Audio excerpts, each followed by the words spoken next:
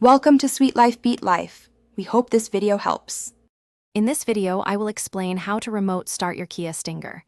We'll cover 2 convenient methods to get your engine running before you even step inside. First, we'll look at the simple key fob sequence, perfect for those quick starts. Then, we'll explore the Kia Connect app, which provides more advanced features and control right from your smartphone. Getting your Stinger ready has never been easier. To use your key fob for remote start, first make sure your Kia Stinger is completely locked. Then, press the lock button on your fob one time.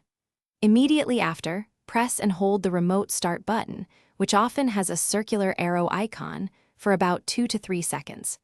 Your Stinger's engine will then start, and it will typically run for approximately 10 minutes before automatically shutting off. For a more advanced approach, the Kia Connect app is incredibly useful. After downloading and logging into the app on your smartphone, simply navigate to the Remote Start feature. You'll usually find this prominently displayed on the main screen. Select your desired settings, like climate control, and then confirm the command. The app will then show you the status of your Stinger's engine, letting you know it's ready.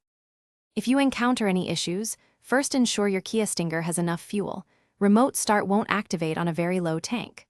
Also, verify your Kia Connect subscription is active for app-based starting.